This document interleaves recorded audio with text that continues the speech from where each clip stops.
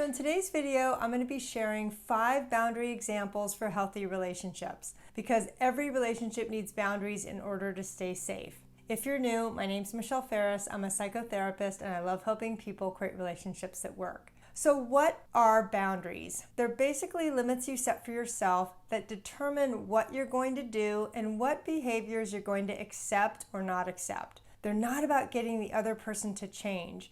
They're really about the choices you make to take care of and protect yourself.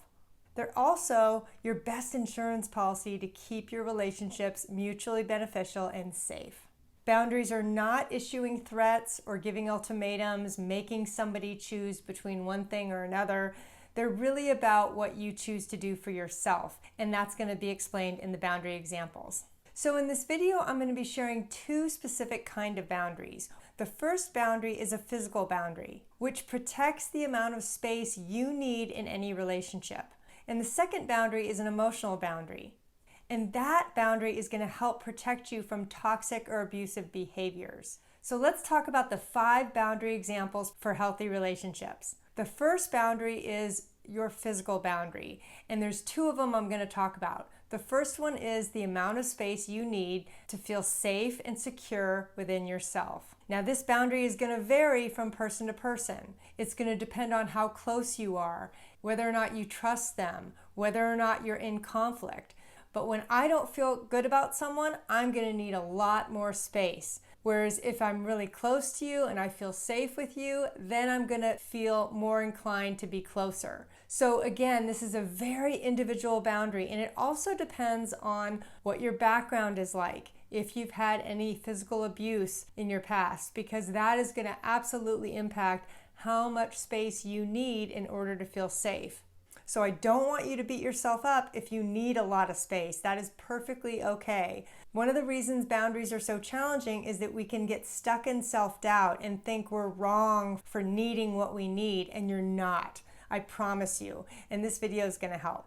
The next physical boundary you need for healthy relationships is allowing or not allowing people to touch you. Again, this is going to vary depending on the relationship you're in, whether it's in a marriage, in an intimate relationship, or with friends or family, or even strangers. Because one thing I've noticed in 12-step meetings is that not everybody wants a hug after the meeting, and that's okay. So if you're not a hugger, you can say, hey, you know what? I'm just not a hugger. Thanks anyway. Part of setting boundaries is knowing what to say. So maybe I'll do a video on that next. But in the meantime, this boundary is more about letting someone know what you're comfortable with and what you're not comfortable with.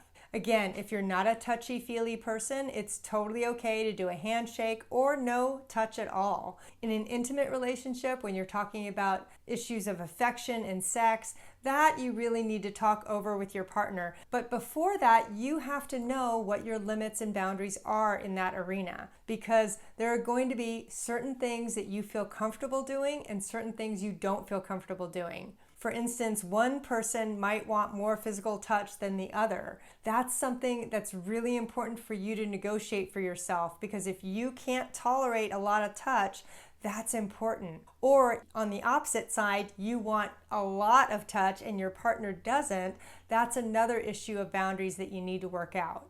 With strangers, this can be interesting. So how many of you at a party have ever had somebody stand too close to you? I know I have, and I just back up. If that doesn't work, I back up again. And if that doesn't work, I will say something like, hey, you know what? I just need a little bit more space.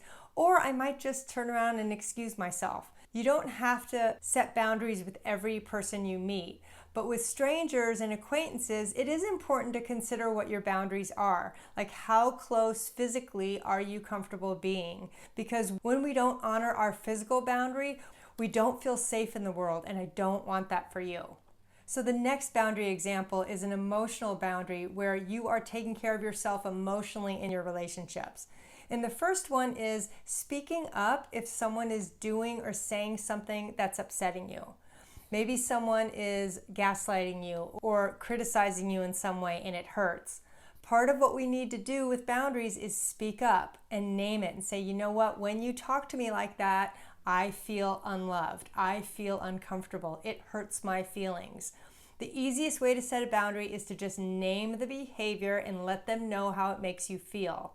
Now, that isn't necessarily going to stop the behavior though. The other person, unfortunately, is still at choice for whether or not they're going to honor or respect your boundary.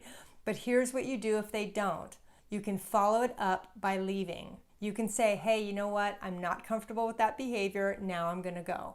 And that sends a really important message to that other person that you're not going to tolerate abusive or toxic behavior from them. So in some ways, it helps the other person check themselves and realize, hey, you know what? If I keep doing what I'm doing, this other person isn't going to participate with me. So sometimes this can be a very powerful boundary to set in our relationships. Another important boundary example for healthy relationships is the ability to say no. This is huge because when we can't do that, we end up feeling resentful, like we're giving too much and the other person is starting to take, and that's becoming a habit. And that's when it starts to bleed into codependency. And I have a video on that. You can check that out too. But if you can't say no in your relationships, you're going to feel like the relationship is an obligation, like you don't have a choice. And underneath that is going to be some resentment, and I don't want that for you. So one way to start setting this boundary is to start practicing with people who feel safe to you. Say no about something that doesn't really impact you much.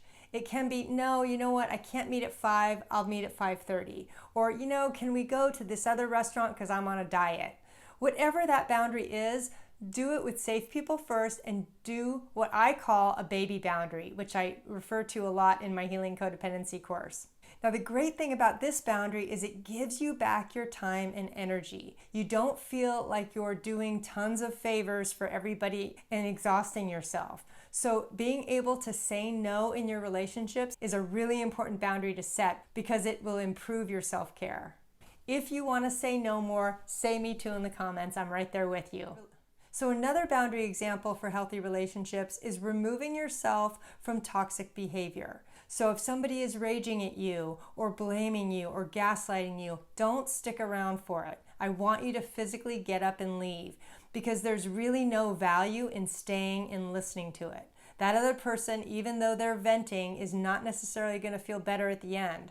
In fact, a lot of times in abusive behavior, we can't predict what the other person is going to do next. So it's really important for your own well-being to set that boundary of removing yourself when you know something has become toxic. Someone is getting out of control. Even if you're witnessing a situation. I've been out publicly where somebody really starts losing control in the middle of a supermarket. I get out of the supermarket because I don't want to be around that. I don't know what the other person is capable of doing. And in this day and age, none of us do, right? Somebody could lose it anywhere. But you being able to spot those signs of toxic behavior and removing yourself is what's going to keep you safe. And that's a super critical boundary to have for healthy relationships. Vote with your feet by leaving. That's the most powerful boundary you ultimately have because that's what you have control over, whether or not you're going to participate in that behavior. You can absolutely say, I don't want you to treat me like this. This feels really bad to me. Can you please stop? The only caveat with that is that if you're doing something similar to them, it's going to backfire on you. For instance, if you tell your partner, stop yelling at me, but you're yelling, it's not going to go over well. So this boundary helps you protect yourself from abuse, and that's why it's so important. So for instance, if somebody is raging or doing something that really scares you and you're really uncomfortable, it's absolutely okay to leave the room. Because that is how you're going to protect your serenity. When we stay in toxic situations and let the other person go on and on about their behavior, that will contribute to you feeling more and more hopeless. And I don't want that. Now, if you're in an abusive situation, I absolutely want you to consider getting help because nobody deserves to be in an abusive environment. So the next step I want you to do is go sign up for my video training with Sharon Martin. That's going to be your next step. Thanks so much.